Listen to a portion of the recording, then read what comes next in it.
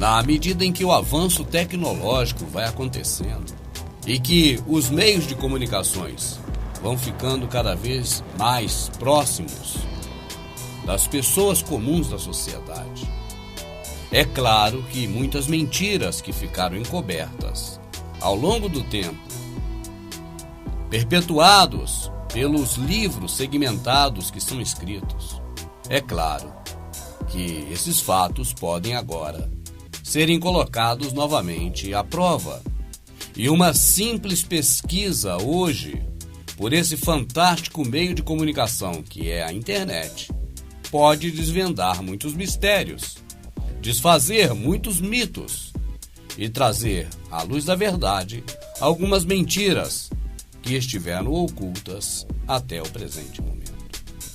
É claro, para isso, deve haver uma pessoa interessada em expor esses fatos. E esse você sabe que é o nosso caso e do nosso ideal Verdade Oculta. Estamos prestes a conhecer neste momento a verdadeira história do que ocorreu com o movimento pentecostal mais importante de todos os tempos, o movimento da Rua Azusa. O avivamento da Rua Azusa deve ser lembrado porque foi a criação da experiência pentecostal como nós conhecemos hoje nos Estados Unidos e em todo o mundo. Para se fazer um apanhado bem profundo no processo que constituiu com o maior evento pentecostal de todos os tempos, nós vamos recorrer a um momento da história em que a escravatura dos negros estava recém-abolida. Foi época pós-Revolução Industrial, período das estradas de ferro, em que a mão de obra barata por parte de chineses fazia-se necessária em muitas cidades do oeste americano. E as histórias vão se cruzar. Pessoas vindas da África, pessoas latinas e asiáticos se encontram em um momento do tempo marcado pela explosão das línguas estranhas. Cada membro da igreja que seja carismático ou pentecostal tem suas raízes do avivamento da Rua Azusa e, mesmo assim, a maioria das pessoas não conhece sua própria história. Ao observarmos desde a nossa infância o movimento religioso protestante pentecostal, nós, na verdade, não sabemos como ele se originou. E embora seja dito nessas igrejas que ele é uma repetição ou uma sequência de fato ocorrido nos períodos da Bíblia, a verdade que será traga à tona agora talvez choque algumas pessoas, mas nada além da verdade, senão pela própria verdade. Para os pentecostais e carismáticos, a Rua Azusa 312 será o endereço mais famoso do mundo.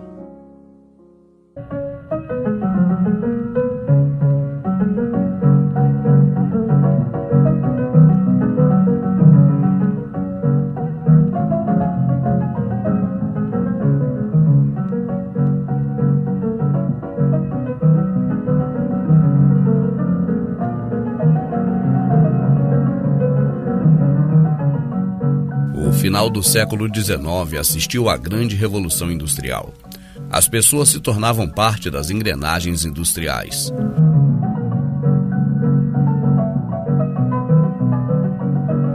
A lacuna entre os ricos e os pobres aumentava. A igreja tinha o dever de preparar os fiéis para servirem agora aos interesses do avanço no progresso proporcionado pela Revolução Industrial.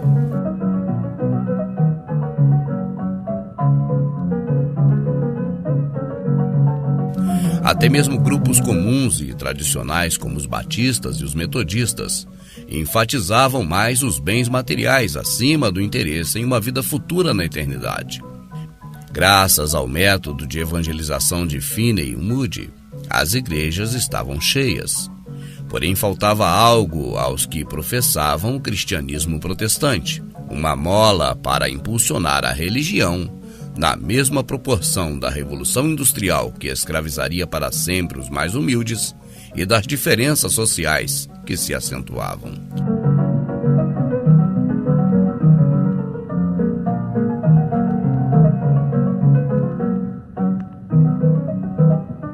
O avivamento da Rua Azusa foi um canivete suíço para sua época, pois serviu como anestesia para uma série de problemas sociais. A Rua Azusa. O início. No final do século XIX, por volta de 1880, o movimento Holiness, Santidade em português, foi o primeiro passo na direção do avivamento. Essas agitações, especialmente na Igreja Metodista, buscavam uma segunda bênção divina, na qual os crentes seriam santificados para viver mais próximos de Deus. Esses ensinamentos diziam aos fiéis: caminhem no poder concedido pela ressurreição de Cristo. Santifique-se, Cristo irá reinar em sua alma. Não aconteceu nada mais radical ali. Era essa apenas mais uma nova fórmula a fim de se consolidar a fidelidade das pessoas à religião. Não imaginavam, porém, que esse seria um forte motivo para impulsionar o grande avivamento que estava por surgir.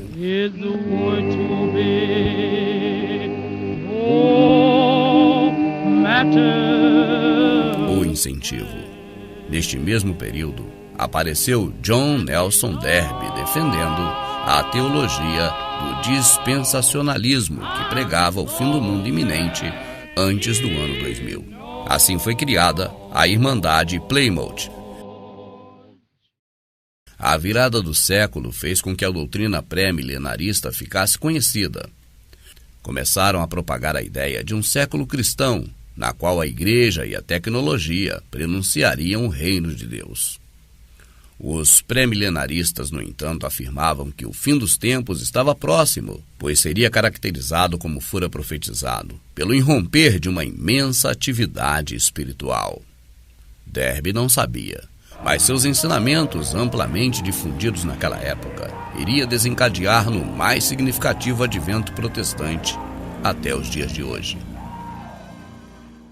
A teologia de Darby alcançou várias partes do mundo. Vale destacar o que ocorreu no país de Gales. No primeiro ano do século XX, um jovem chamado Evan Roberts trabalhava em minas de ouro. Ele passou a viajar por todo o país de Gales e mais tarde pelo mundo, proclamando o ministério do grande avivamento promovido pelo Espírito Santo, que iria surgir naqueles dias. Seu discurso era: todos os crentes serão revestidos de poder, pois somos a última geração, e assim por esses dias o reavivamento do Espírito Santo será derramado entre nós. Nesta época, o falar em línguas estranhas ainda não era citado, mas apenas um grande despertar do poder espiritual.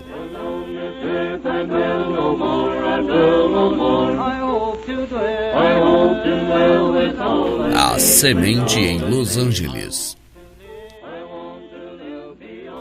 Um pequeno grupo de pastores protestantes da área de Los Angeles visitou o país de Gales com a finalidade de trazer o avivamento para suas igrejas. Obtiveram sucesso limitado. Contudo, as sementes do tempo da restauração do Espírito Santo estavam sendo lançadas em Los Angeles. O fogo estava aceso. O interesse do sistema em promover o conformismo das pessoas. Afinal, muitas ficaram desempregadas face aos recentes resultados da Revolução Industrial, contribuindo para a aceleração da segregação e desigualdade social. Esse foi o comburente, o combustível que inflamaria de uma vez por todas esse processo. Era a necessidade de se santificar, já que o último século na Terra estava começando e por aqueles dias iria se consolidar com o derramamento do Espírito sobre toda a carne. Esses ingredientes reunidos incendiaram o protestantismo, e John Alexander Dowie, movido por esse incêndio que consumia a cabeça dos crentes em sua época, passou a afirmar que ele próprio era o Elias, o restaurador, estabeleceu assim a sua comunidade cristã. Sua influência foi tão grande que a localidade mais tarde passou a se chamar Sião e fica no estado de Illinois. Não é nada difícil tentar compreender o que estava acontecendo naquele momento. A Revolução Industrial havia escravizado o povo, pelo menos os de classe baixa. As igrejas não aceitavam imigrantes e nem negros, pois também eram imigrantes trazidos à força da África para prestar serviços escravos. Naquele momento de extrema opressão contra os mais humildes, as igrejas evangélicas não aceitavam que negros as frequentassem. Esses, então, ficavam marginalizados, fazendo seus cultos de origem africana aos orixás e aos deuses aos quais seus ancestrais os ensinaram a servir. Neste período, o processo religioso protestante, que sempre viveu de novidades, apostava agora em uma nova doutrina, chamada a doutrina da santificação.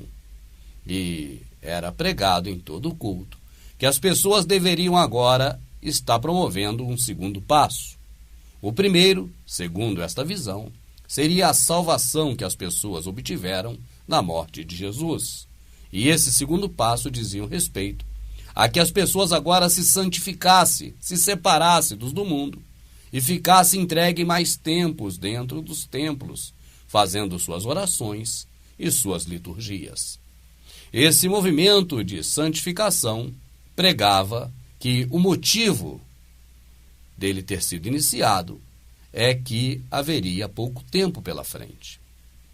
Logo depois, aparece um jovem que apostou no investimento financeiro seguro, pregar a novidade por todos os países onde ele pudesse ir, com o dinheiro que já havia recolhido trabalhando, cavando ouro, junto com seus familiares e seus pais. A conjuntura atual é essa que você está percebendo. Neste momento aparece também a doutrina de que o século XX seria o último século na face da Terra. Daí surgiu a frase popular que dizia: 1000 passará, 2000 não chegará. Era, portanto, uma movimentação muito grande que o processo religioso buscava alcançar. Isso seria útil também para os senhores do mundo, os Illuminati, cada vez tendo o povo mais nas suas mãos, preocupados mais na salvação eterna do que resolver os problemas sociais que eram imensos naquela época. E como a doutrina era imediatista, algumas pessoas aproveitavam o momento para poder fazer muito dinheiro. Assim, havia a declaração por parte de algumas pessoas de que essas eram, cada um no seu local, o Elias prometido, para preparar o caminho antes da volta do Senhor. É claro que esses homens formaram verdadeiras comunidades, se enriqueceram tanto que alguns locais da região onde eles moravam levou mais tarde o nome daquela missão que fora ali implantada, como no exemplo os casos de Sião e também a comunidade de Siló, alusões a locais descritos no Velho Testamento. Enquanto isso, no estado do Maine, Frank Stanford também afirmava que era o Elias, o restaurador, que viera estabelecer uma comunidade em Siló a fim de esperar o revestimento do Espírito Santo, que deveria converter o máximo de pessoas antes do mundo acabar, juntamente ao último século.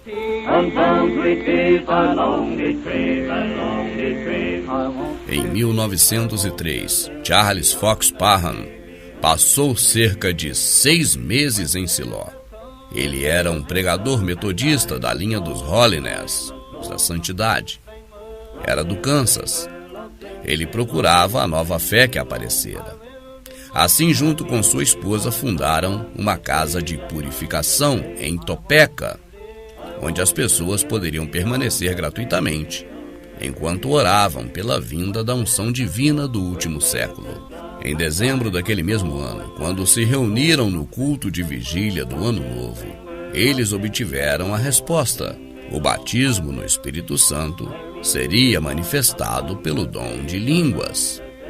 Aconteceu que Agnes Osman orou para receber o Espírito Santo, e a glória do Senhor caiu sobre ela. Como depois definiu Parham, e disse: um halo parecia cercar a sua cabeça e seu rosto. E ela começou a falar o idioma chinês. Ela não foi capaz de falar inglês por 3 dias.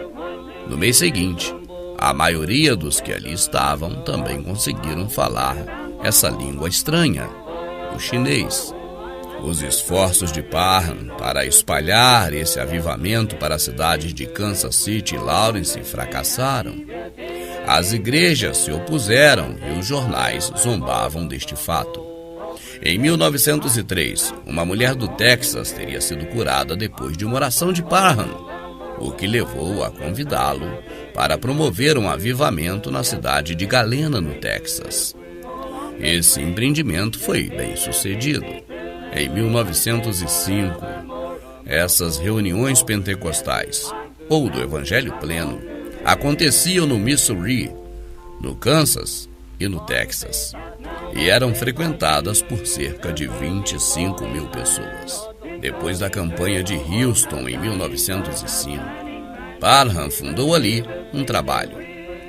Um dos frequentadores se chamava William J. Seymour.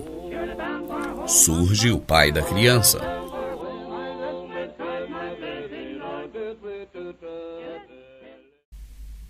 Os Estados Unidos da América havia recentemente saído de uma abolição da escravatura negra naquele país. Ocorria que aquela mão de obra gratuita por conta exclusivamente de comida já não era mais possível. Assim, os próprios americanos não queriam trabalhar por baixos salários. A ideia foi trazer imigrantes asiáticos para os Estados Unidos, e os navios chegavam lotados de chineses com suas famílias para trabalhar nos serviços mais pesados. Afinal de contas, a mão de obra era muito barata e as leis trabalhistas ainda não existiam. Assim, os homens iam trabalhar nas construções das estradas de ferro, que era a maior fonte de emprego daquela época. Também era a maior expressão de progresso nos Estados Unidos contemporâneos a Agnes. E não era só ela quem tinha empregadas chinesas em casa. A maioria das mulheres dos Estados Unidos, em sua época, passou a ter empregadas chinesas, já que as mulheres iam trabalhar por baixos salários nas casas de famílias, enquanto seus maridos se matavam literalmente para construir as ferrovias. Essas mulheres, ao trabalhar em casas de famílias, essas chinesas, levavam também os seus filhos, que ali, é claro, falavam puramente o idioma chinês. Portanto, não é nada estranho que Agnes soubesse um pouco do idioma chinês, já que uma leva de chineses era levada a cada instante para aquelas localidades. E ali surge também um outro nome importantíssimo da história, talvez o nome mais importante do movimento pentecostal de todos os tempos: Seymour. Ali está ele, e a história da Rua Azusa começa neste ponto. Filho de escravos trazidos da África, Seymour, em 1895, com 25 anos, mudou-se para Indianópolis, onde inicialmente exercia a função de garçom e, posteriormente, de vendedor. Em Indianópolis, frequentava a Igreja Metodista Episcopal. Em 1905, mudou para Houston, onde passou a frequentar a recém-formada escola bíblica de Charles Fox Parham. Ele não podia entrar, então ficava no corredor, já que era negro. Uma mulher chamada Lucy Farrell, moradora de Los Angeles, visitou a escola de Houston e teve uma experiência de batismo no Espírito Santo. Ela falou em língua estrangeira. Lá ela conheceu Seymour e o convenceu a tentar a vida em Los Angeles. Seymour mudou-se para Los Angeles, onde a força do preconceito racial era ainda maior. Ali vivia também um número enorme de latinos. O homem de Deus tentou levar às igrejas daquele local a doutrina com a qual tivera contato em Houston. Talvez pela ideia vir de um negro, o ato de falar em línguas ironicamente não fora bem recebido, exatamente pelos pastores de Los Angeles que há pouco tempo atrás fora ao país de Gales aprender e que tentara sem sucesso implementar a doutrina do derramamento iminente do Espírito na sua região. Seymour foi expulso de suas igrejas, acusado de herege. Procurou outras igrejas menores, de onde acabava sendo sempre expulso com a justificativa de estar trazendo confusão para os membros. Se antes, como discípulo, podia ficar ao menos no corredor da igreja de onde ele morava, agora na sua nova cidade não era permitido nem que houvesse um contato com os crentes, mesmo fora da igreja, pois sua doutrina que trouxera do Texas era visto como semente do mal. Seymour se juntou a outros negros e latinos discriminados e renegados pela religião. Assim começou a fazer cultos na humilde residência onde morava. Os cultos chegavam a durar 3 dias e 3 noites, atraindo muito mais pessoas do que a casa podia comportar. E o que não faltava ali eram os dons de línguas. E a explicação era simples. As famílias negras que moravam nos bairros adjacentes foram recém-trazidas de várias partes diferentes da África, onde se falavam centenas de dialetos. E como eram as primeiras e segundas gerações de afro-americanos, estavam bem familiarizados com seus idiomas nativos. O que mais amargurava Seymour era o tratamento preconceituoso das igrejas que não davam oportunidades aos de sua raça para adorar ou participar mais intensamente nos seus cultos. Assim, agora com ele próprio dirigindo o culto, podia distribuir melhor as oportunidades entre os irmãos que eram bem parecidos na cor, mas com enorme diversidade de línguas, ou seria dialetos.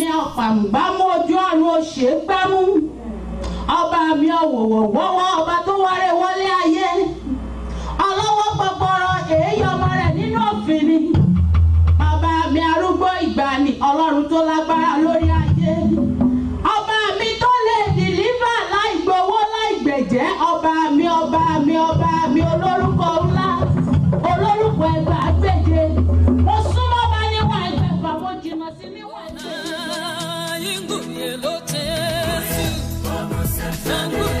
As línguas estranhas.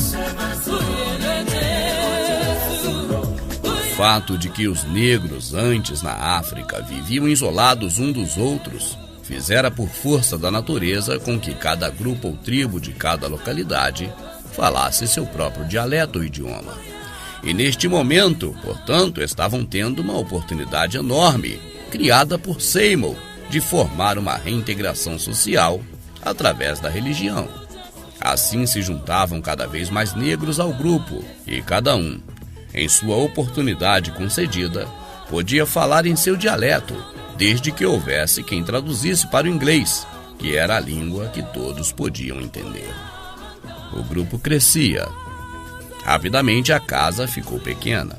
Seymour agora fazia culto em diversas casas, e mesmo essas acabavam por se tornar pequenas. Afinal, a cada culto, mais pessoas que nunca tiveram a oportunidade de se expressar agora poderia falar em público para seus irmãos nas reuniões.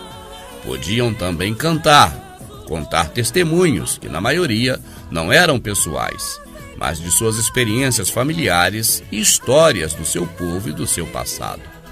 Assim, o interesse social dos negros aumentava nessas reuniões, e os motivos eram de fácil compreensão: liberdade de expressão e culto, vez e voz para as mulheres, coisas que elas não tinham nem mesmo no seio social e político da sua época, e tudo isso reforçado pela fé de que se está fazendo algo para Deus. Agora você que está assistindo a esse documentário, que conhece todo o meio de comunicação criado após o evento da Rua Azusa, como o rádio, a TV, a internet, o telefone, meios de comunicações que naquela época não existiam. E as pessoas não tinham como se comunicar, era muito difícil. Você tinha famílias e mais famílias de negros que não conseguiam ainda falar o inglês, porque a comunicação entre negros e brancos era muito difícil. Assim, principalmente as crianças que iam nascendo, iam aprendendo a falar nos dialetos africanos. E o povo negro era o primeiro a ficar calado a qualquer momento. Não tinha direito de expressão nenhuma. Assim, quando aparece alguém como Seymour, negro, que oferecia condições às pessoas de adorar ao Deus dos brancos, afinal de contas, os brancos eram bem-sucedidos na vida, e muitos negros queriam agora aproximação com esse Deus dos brancos, para que também pudesse ter um pouco mais de conforto e direito a uma vida digna. Assim, os negros, pela primeira vez, estavam tendo a oportunidade de se expressar. Ao longo da história norte-americana, não se tem notícias, a um período anterior à Rua Azusa, em que, sobretudo, a comunidade feminina negra podia falar em público. As pessoas estavam correndo para os cultos de Seymour, e os motivos podem ser muito facilmente percebidos. Da questão mística, buscar um Deus que proporcionava melhor vida aos brancos. Da questão social, o povo podia se expressar, conversar com os seus semelhantes e colocar cada um as suas opiniões. E isso, é claro, atrairia um número considerável de pessoas. Não precisa de nenhum milagre para fazer isso acontecer.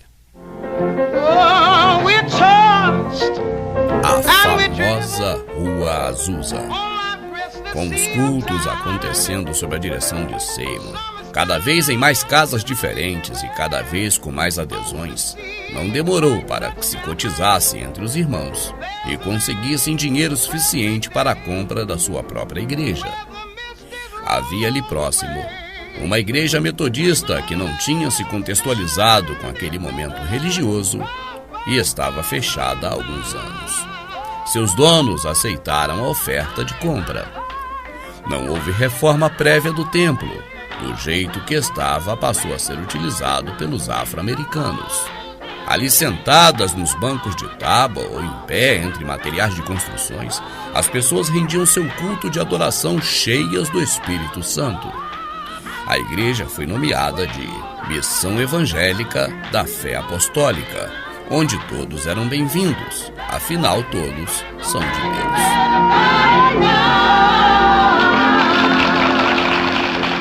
Os primeiros brancos. As mulheres negras, que agora podiam adorar a Deus tendo voz nos cultos, falavam para suas patroas nas casas em que trabalhavam. E os primeiros brancos passaram a frequentar a Rua Azusa, sobretudo as mulheres brancas, que lá naquela época também tinham direito de se pronunciar na igreja de Seymour, enquanto fora não tinham direito nem de votar.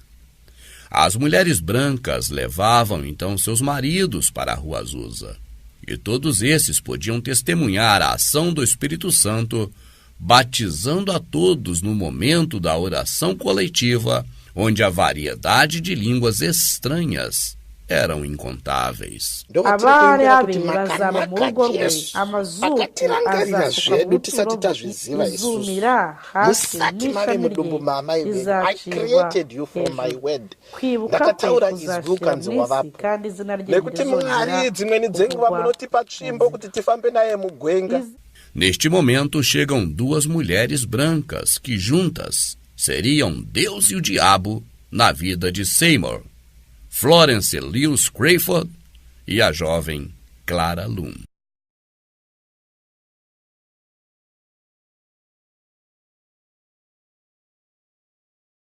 Deus envia um sinal.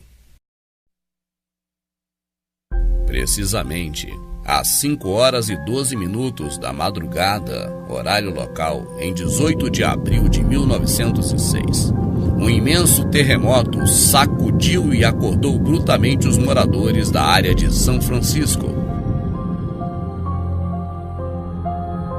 As ondas de choques violentas pontuou o forte tremor que durou cerca de 60 segundos. O terremoto foi sentido do sul do Oregon até o sul de Los Angeles e a 70 quilômetros em direção a Nevada.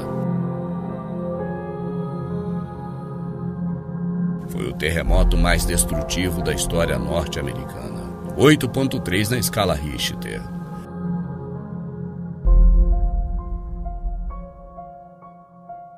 Um incêndio devastador, alimentado por tubulações de gás rompidas durante o terremoto, ampliou os danos.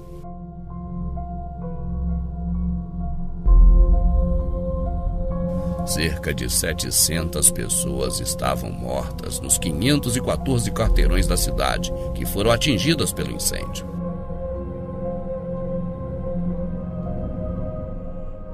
Rapidamente, um folheto protestante que partiu de algum lugar inundou as caixas de correios das casas por toda a Califórnia. Nele estava escrito: "É um aviso de Deus e de seu breve julgamento." As pessoas ficavam desesperadas. Procuraram cada uma igreja protestante mais próxima de sua casa.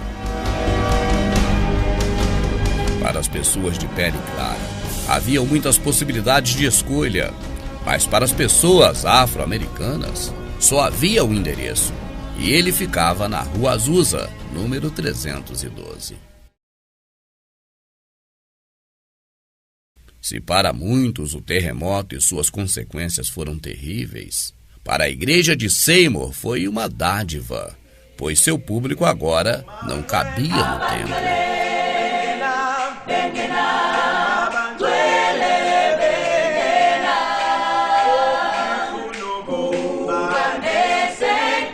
Assim, o movimento da Rua Azusa logo se espalhou entre os crentes como acontecimento tão esperado naquela virada início de século.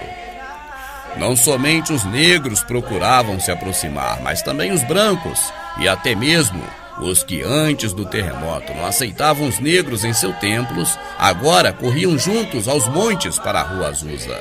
Afinal, o esperado avivamento, dantes elucidado pelos movimentos anteriores, como o Holiness, o movimento da santidade, e a teologia do dispensacionalismo, estava acontecendo, e o terremoto fora o sinal de Deus. E diziam: Deus escolhera o avivamento da Rua Azusa como catalisador da ação do Espírito Santo sobre os homens nos últimos dias. Alguns pastores tradicionais viravam suas costas para o movimento.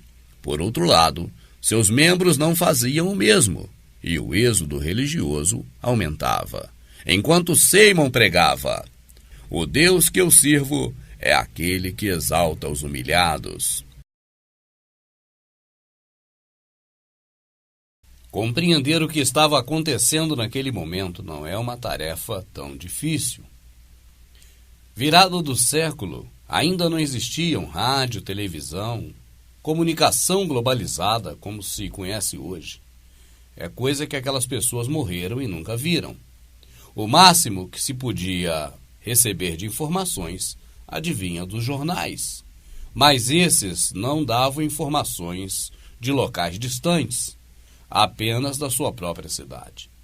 Assim, as pessoas que também pouca educação tinham, e muitos não sabiam ler, ficavam apavorados por qualquer motivo. Mas agora não era algo tão simples. O que ocorreu foi o maior terremoto na história norte-americana. E a população agora achava que o mundo estava acabando. Afinal, o movimento religioso daquela época já vinha cozinhando essas pessoas, cozinhando a cabeça dessas pessoas com informações de que o mundo iria acabar e de que as pessoas precisavam se consertar com Deus. Aquele movimento que começara há 2 décadas antes, agora tinha o seu auge, porque, na verdade, as pessoas esperavam um movimento do Espírito Santo, mas não sabiam como ele viria. E no momento em que uma senhora começa a falar um idioma totalmente diferente no meio da congregação, as pessoas logo chegaram à conclusão de que era o idioma colocado pelo Espírito Santo. A partir dali, qualquer língua ou idioma ou dialeto que se falasse em meio à congregação, as pessoas já diziam que eram línguas estranhas, línguas dos anjos. E na medida em que várias etnias ali compareciam, várias raças de vários países diferentes, neste momento, então, é claro que havia, por força do momento e de se ajuntarem pessoas de várias nações, haviam diversidade de línguas, literalmente falando. As pessoas que começaram a ir naquele culto depois do terremoto, elas viam muitas línguas estranhas e queriam também falar línguas estranhas, mas como não entendia nenhum dos idiomas que ali era pronunciado, essa pessoa que agora chegava no culto começava a falar de qualquer jeito. E aí, quanto mais pessoas agora adentravam esse grupo, mais elas estavam convencidas de que eram línguas estranhas. Mas o fato é que a história comprova, os próprios documentários feitos pelos religiosos protestantes testificam que no início as pessoas falavam idioma mesmo, língua de outras nações. Depois, com a aproximação de pessoas que não sabiam na verdade do que estava acontecendo e que agora também buscavam participar do culto, essas sim começavam a falar línguas que ninguém entendia, porque na verdade não eram idiomas, apenas umas tentativas de se falar alguma outra língua, o que logo os brancos que se aproximaram deram a conotação de língua dos anjos. E a aproximação dos brancos foi muito propícia, porque as igrejas tradicionais, com seus membros que estavam ali sendo enganados há tanto tempo, agora esses membros viram o terremoto e chegavam à conclusão de que o mundo realmente ia acabar e que eles deveriam correr para uma igreja na qual o derramar do Espírito Santo estava realmente acontecendo. E essa era a Rua Azusa. No princípio, seus pastores viraram as costas, mas logo em seguida, quando a maioria dos pastores perceberam que seus membros estavam migrando para a Rua Azusa, eles também procuraram Seymour para pastorear as ovelhas da Rua Azusa. O que aconteceu mais adiante, você ainda vai ficar sabendo. Mas vale lembrar que os próprios documentários feitos pelos protestantes atestam que naquele local existiam muitas pessoas de várias nações e que ali falavam idiomas diferentes. Eu tenho 2 enteadas, uma com descendência hispânica e outra nativo-americana. E isso cria questões culturais interessantes entre elas dentro da minha casa. E esses 3 tipos de pessoas apareceram na missão da Rua Azusa. Deus mandou um avivamento para negros, brancos, hispânicos, todas as raças reunidas e amadas como uma. As gerações futuras dos negros que frequentavam a Rua Azusa preferiram não levar adiante aquelas informações sobre exatamente o movimento criado por Seymour. E a razão era simples. Os negros não deveriam saber que a origem da língua estranha era, na verdade, idiomas comuns, e que o que ocorrera na Rua Azusa fora exatamente o encontro de várias pessoas diferentes, falando vários idiomas diferentes. E aos que se chegavam agora, ouviam aqueles idiomas e, como não entendiam nada, diziam que eram línguas estranhas, e começavam também a querer falar idiomas estranhos. Assim foi conveniente para os pastores, para os pregadores pentecostais abafar o caso da Rua Azusa. E inúmeras gerações e gerações e gerações de crentes protestantes pentecostais nos Estados Unidos fizeram suas liturgias, seus cultos, suas atividades religiosas, sem mesmo ser mencionado a questão da Rua Azusa. E até hoje, inclusive no Brasil, em meio aos pentecostais, pouco se fala da Rua Azusa. E a razão continua a mesma. Para que ninguém venha investigar e tome conhecimento do que realmente ocorreu na Rua Azusa e qual foi aquele derramar do Espírito Santo dos últimos dias, em que as pessoas pregavam que o mundo não chegaria a 2000. E a maior prova de que Rua Azusa foi uma fraude é que nós já estamos além do ano 2000. Eu cresci em uma igreja pentecostal afro-americana, classe média. Fomos educados de acordo com a tradição, mas nunca soubemos nada sobre o avivamento da Rua Azusa e eu nunca ouvi falar de Seymour. O tratamento desigual, ao qual sempre a igreja tratou os pobres e negros, agora fortalecia o argumento do homem que Deus escolheu para derramar o seu espírito, caracterizado pelas línguas estranhas dos irmãos africanos. Ninataka kuhubiri kuhusu Yesu Kristo siku ya leo. Ninataka kusema kwamba Yesu ni Bwana. Ninataka kusema kwamba Yesu Kristo. O reavivamento liderado por William Seymour virou notícia rapidamente e ainda em abril de 1906, o jornal de Los Angeles Times publicou uma extensa matéria sobre o movimento, denunciando uma nova seita, onde fundamentalistas compostos, em sua maior parte por negros imigrantes pobres, que, se dizendo movido pelo Espírito Santo de Deus, manifestavam agora línguas estranhas, denominado grossolalia, e também haviam pregações de curas e milagres. Esse processo de renovação decorreu entre 1906 e 1909. Ele se tornou objeto de especulação por muitos protestantes da época. Alguns diziam que as visões de Seymour eram heréticas, enquanto outros aceitaram seus ensinamentos e retornaram para suas congregações de origens para repassá-las. O movimento resultante tornou-se conhecido como pentecostalismo. Los Angeles foi o berço pentecostal e deu origem em todo o mundo às denominações pentecostais existentes até hoje. Meca Pentecostal.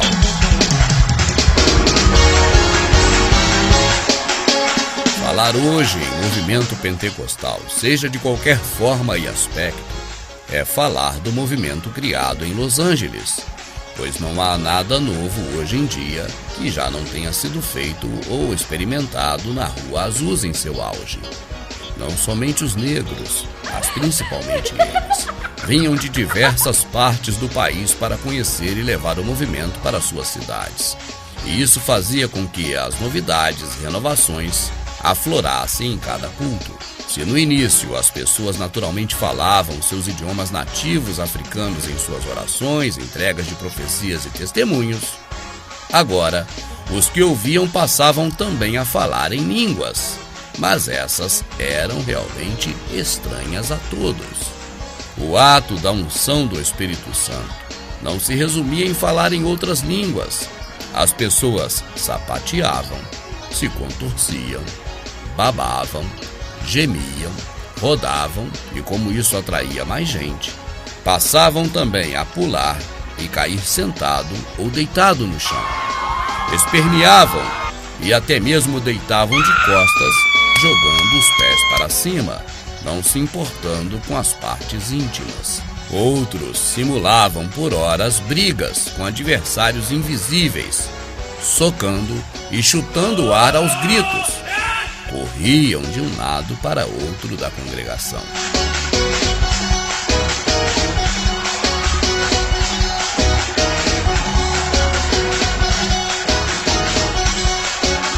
Também foram aparecendo em pouco tempo as novas unções do Espírito, como a unção do cachorro, do gato, do leão, entre outras unções específicas.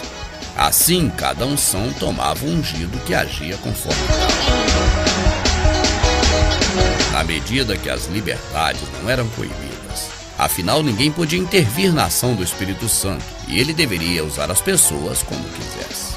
Assim apareceram as unções específicas e individuais. Uns gargalhavam enquanto outros pranteavam, outros gritavam histericamente a plenos pulmões até não aguentar mais. A histeria parecia não ter mais fim, a ponto de, por diversas vezes, a polícia ser acionada pelos vizinhos, que não podiam dormir, mesmo morando a uma considerável distância da igreja. Como aumentava o mover do Espírito e contagiava mais gente a cada dia de culto, as pessoas levavam fogos de artifícios e os explodiam dentro do templo. E esse costume durou até acontecer um incêndio no prédio da igreja, que era de madeira, e os bombeiros foram acionados. Era comum ver pessoas pelas ruas próximas, completamente tomadas pela ação do Espírito Santo e sua unção dos últimos dias. Essas pessoas paravam em meio à rua impedindo o trânsito, e ali mesmo recebiam suas unções especiais, latindo ou urrando, dependendo de como o Espírito a usasse. Constantemente fiéis eram presos por causar distúrbios como resultado das unções do Espírito Santo nas ruas próximas à igreja. A liderança do grupo era feita por William Seymour e pelas pessoas que a ele se ajuntaram, como Lucy Farrell, Charles Sparrow, entre outros. Muitos incontáveis foram os pastores ou homens que se fizeram pastores para se aproximar e apanhar um pouco dessa fórmula tão eficaz no propósito de atrair gente. Afinal, Seymour havia descoberto que em mãos certas poderia se tornar as minas do rei Salomão.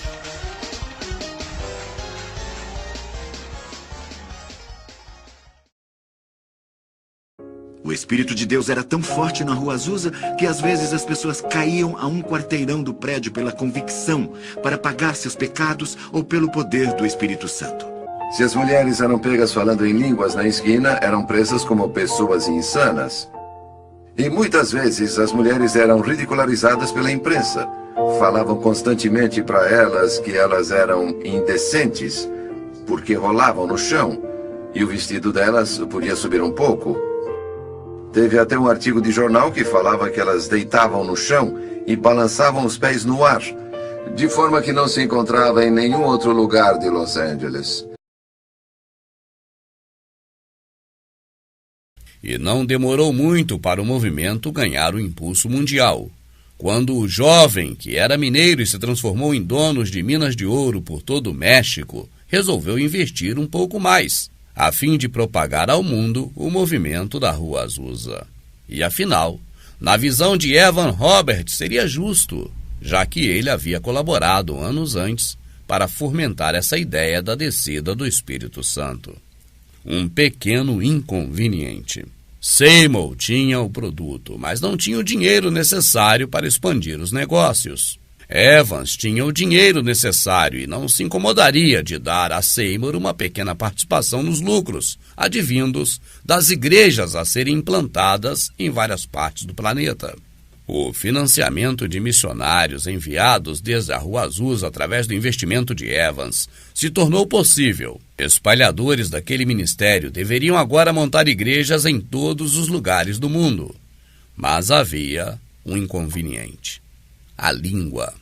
Misteriosamente, o mesmo Espírito que derramara a sua unção e impulsionava agora o movimento pentecostal pelo mundo, não podia na prática capacitar seus ungidos missionários para que falassem a língua das pessoas em cada local onde era enviado o missionário. E isso dava muito na pinta, o que fez Evans pisar no freio, cortar os investimentos às missões e passar a investir apenas neste movimento no seu próprio país. Nota: os dois homens que trouxeram esse movimento para o Brasil haviam aprendido esta lição e cuidaram de estudar o português assim que chegaram em Belém. É por isso que existem gravações deles falando em português. Desembarquemos em Belém do Pará no dia 19 de novembro de 1910. O Senhor Jesus... Os peregrinos. O movimento pentecostal se transformara em um furacão, e seu epicentro era a Rua Azusa. Mesmo em uma época sem rádio e TV, Toda a América e parte do mundo havia tomado conhecimento, e agora os líderes religiosos e adeptos do movimento pentecostal queriam visitar a Rua Azusa. Não demorou para Seymour perceber que inúmeros eram aqueles que compareciam uma vez, deixavam algum dinheiro, sem nunca mais voltar. Havia também os que gostariam de ir à sua igreja, sem contudo poder pagar a passagem de trem, mas que certamente poderia colaborar, pelo menos, com $10 mensais para a obra de Deus. A estratégia: administrar o crescimento de sua igreja instalando novas congregações era uma tarefa muito difícil para um homem simples e de pouco estudo como Seymour. Transferir essa tarefa para terceiros ou para cada pastor em sua respectiva congregação havia causado alguns prejuízos a Seymour, pelo qual então preferiu manter apenas a sua igreja inicial na Rua Azusa e uma congregação que estava na mão de uma pessoa de confiança, Florence Lewis Crayford. Ele recebeu Florence Crawford no ministério e ela ficava como líder na Califórnia. O meio tecnológico da época para se alcançar as pessoas era a publicação literária. Essa foi a ferramenta utilizada por Seymour para arrecadar donativos de todos quanto pudessem, em qualquer lugar do mundo, mesmo que esses não fossem crentes. Seymour fundou uma espécie de revista mensal, onde divulgava testemunhos de seus sermões. O objetivo da publicação era pedir as contribuições financeiras para sua obra. Seus colaboradores eram pessoas em todos os Estados Unidos e também fora dele. Com este método, Seymour chegou a obter uma lista com mais de 500 mil endereços de contribuintes mensais. Quem gerenciava a lista era sua secretária de nome Clara Loom, considerada na época supostamente namorada do pregador. Eram quase 600 mil pessoas que, na maioria delas, mesmo sem ter ido pelo menos uma vez na Rua Azusa, colaboravam fielmente com a obra de Deus, administrada por Seymour. O fim. Seymour permaneceu solteiro até 1907, quando decidiu se casar com a bela jovem Jenny Evans Moore. Ao saber disso, sua secretária fugiu para Portland, Oregon.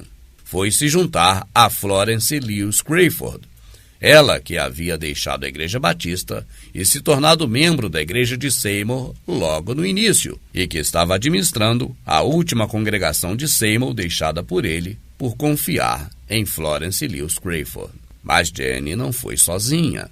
Ela levou consigo a lista completa com os endereços de todos os seus 600 mil colaboradores mensais. Assim, Clara Loom e Florence Lewis Crayford mudaram o endereço da congregação que antes fazia parte da igreja de Seymour e enviou correspondência a todos os colaboradores de Seymour, mudando o endereço para a entrega dos donativos.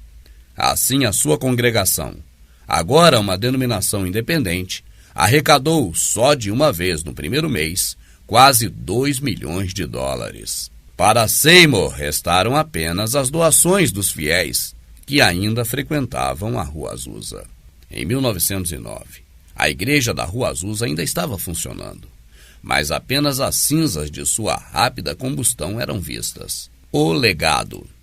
As multidões atraídas à Rua Azusa por Seymour agora se dividiam ao irem após os inúmeros pregadores que se aproximaram no período áureo do derramar do Espírito Santo.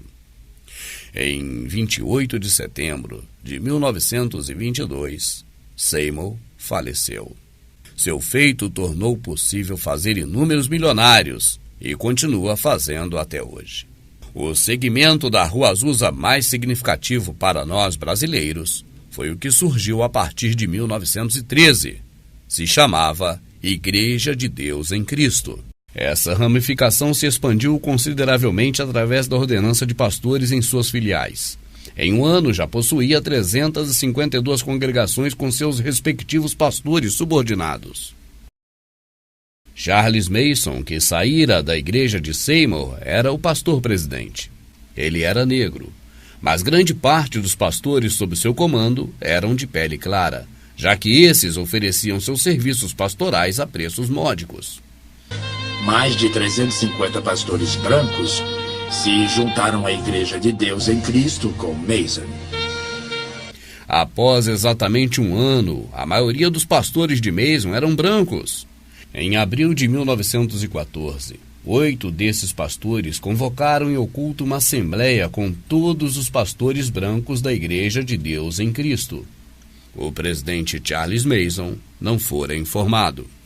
E a proposta era simples: que todos os presentes naquela assembleia concordassem e firmassem um compromisso de criar uma denominação mais reta diante de Deus. Os brancos podiam evangelizar melhor os brancos e negros podiam evangelizar os negros. Foi a desculpa que arranjaram. E como aquela reunião era uma assembleia geral e estava sendo feita debaixo da unção de Deus, ela recebeu o nome que mantém até hoje: Assembleia de Deus. Mas sua história e de como ela chegou ao Brasil e permanece até os dias de hoje é assunto de um novo trabalho muito em breve.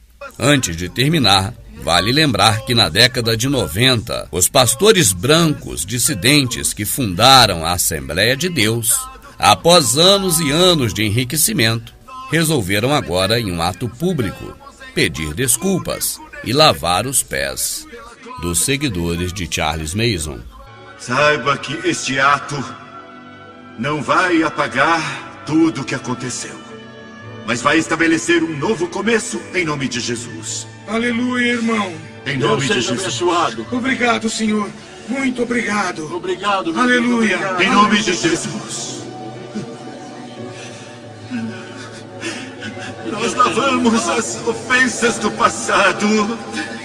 Aleluia. Em nome de Jesus, nós lavamos o sangue. Obrigado, Senhor. Todo o sangue que foi derramado, o sofrimento. Em nome de Jesus, nós lavamos o irmão Seymour e o irmão Mason. Aleluia, Senhor. Obrigado. Lavar os pés deste irmão, que seja um sinal a todos os demônios do inferno que têm se esforçado para que não tenhamos sucesso. Aleluia. Mas o Senhor Jesus prevaleceu novamente. Obrigado, Senhor. Para corrigir isso que não estava certo. E em nome de todos os irmãos brancos de todos esses anos que têm lutado contra o mal, nós nos submetemos e nos humilhamos em um ato único neste recomeço. Aleluia, pela glória de Deus, pela glória de Deus, pela glória de Deus e em nome de Jesus. Obrigado, Senhor.